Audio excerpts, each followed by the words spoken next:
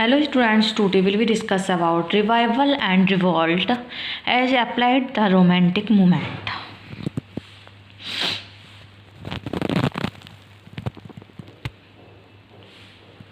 Elizabethan revival meant a return to the spaciousness, imaginative boldness and daring, and the high visions and passion which guided the great sailors, explorers, and the warriors of that age and entered as a living flame into its literature. Prose, poetry, and drama, it is reflected in the enthusiastic criticism of the play and poem of Shakespeare's at the hands of Coleridge, Lamb, and Hazlitt.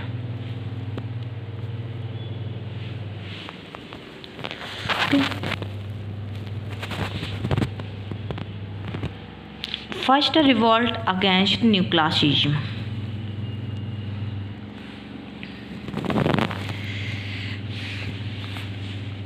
Reaction against neoclassicism gathered to a head long before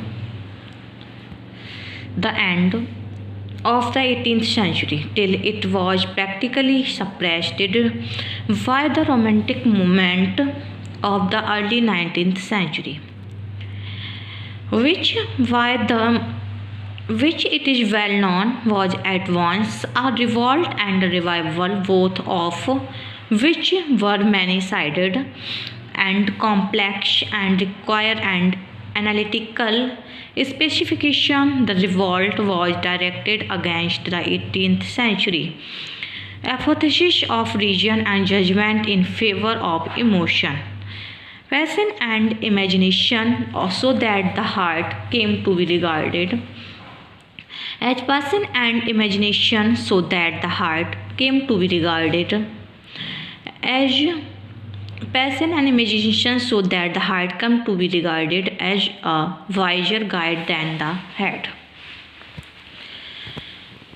An ideal which inspired the well-known Confession of John Keats. I am certain of nothing but the holiness of the heart's affections and truth of imagination. It is also expressed in the various definitions of poetry, such as the spontaneous overflow of powerful feelings.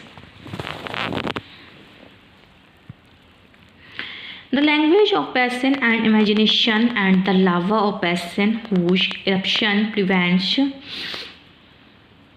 and imagination, and the reaction against the 18th century concentration upon the city and cultured society with its artificial trapping and sophisticated outlook.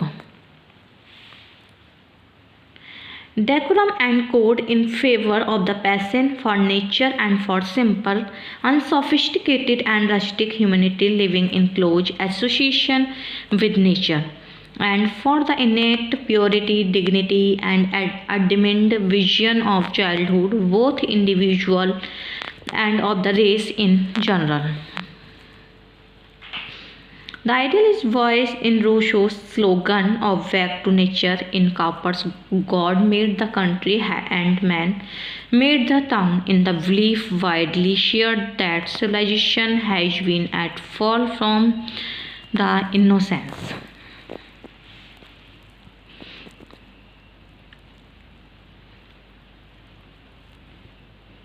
of the noble savage, and the primitive age were in fact poetical than the civilized ones. The abstract concept of the neoclassical nature as the permanent system of law, order, balance, and subtle adaptations of means to profusion, wildness, grandeur, and pictures coincides with a marked shift of interest from Johnson's general features and ampler subjects and scenes. Reaction against the 18th century preference for the common realities and concerns of life of common sense, conformity, discipline, restraint for the delight, truths and rational outlook in favor of the remote and the ideal, the historic and the abnormal, the perversity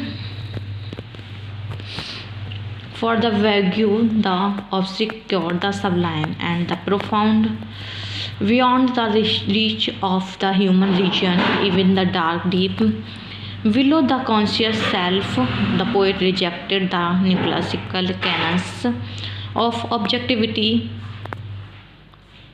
impersonality, subordination of the artist to the taste and outlook of the audience. They opted for subjectivity, egoism, self expression, and sovereignty of creative imagination, which made them creators. Under God,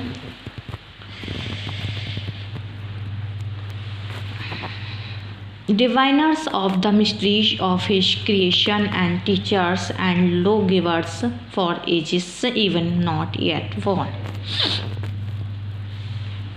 And criticized external rules and standards were replaced by personal expression, cool-headed judgment of merits and defects by an enthusiastic search for the beauties and their impassioned propagations. Okay. Next है revival of Elizabethan romanticism.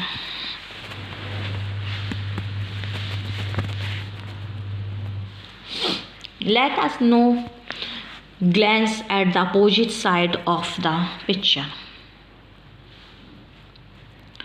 namely the elements of revival in this impassioned revolt. The romantic revival briefly was prompted by an intellectual and imaginative curiosity for the ages gone by, when the human mind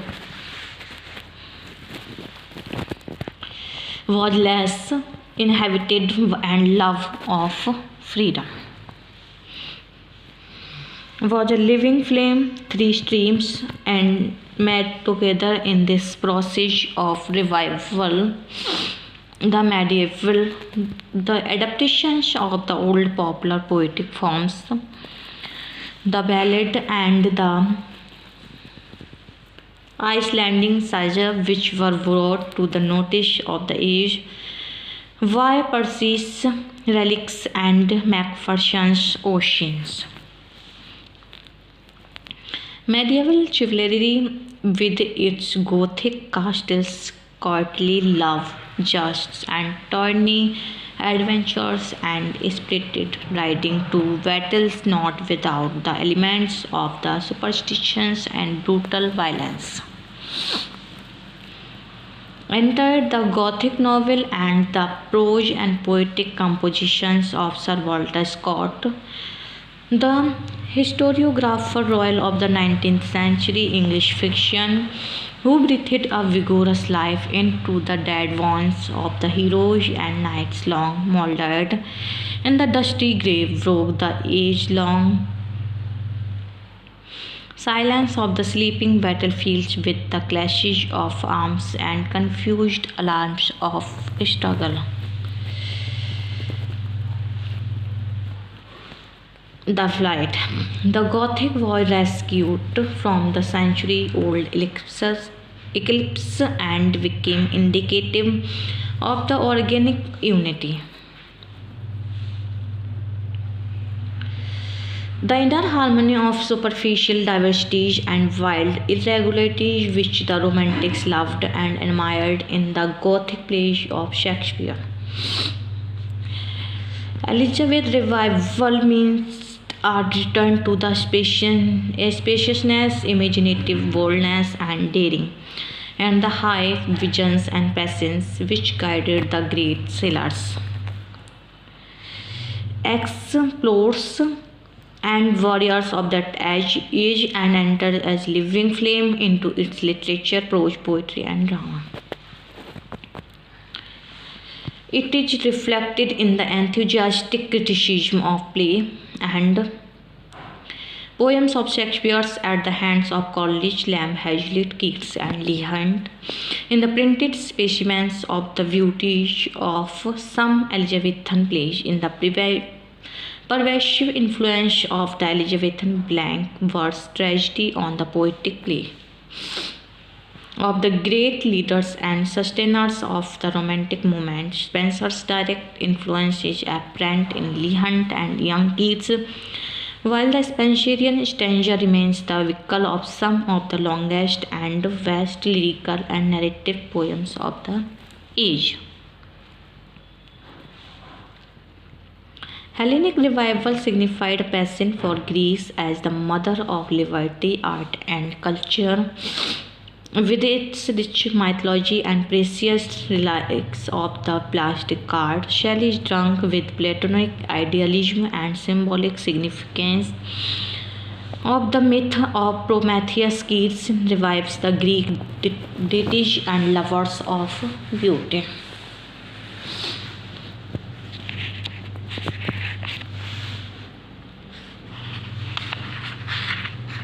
The picture of love.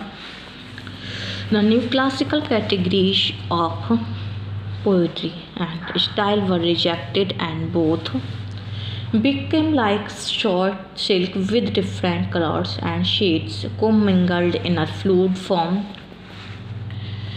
The hitherto neglected lyric become the most genuine form and inspire spontaneous utterance as its true voice. All this meant a revolt against the neoclassical style in poetry and prose.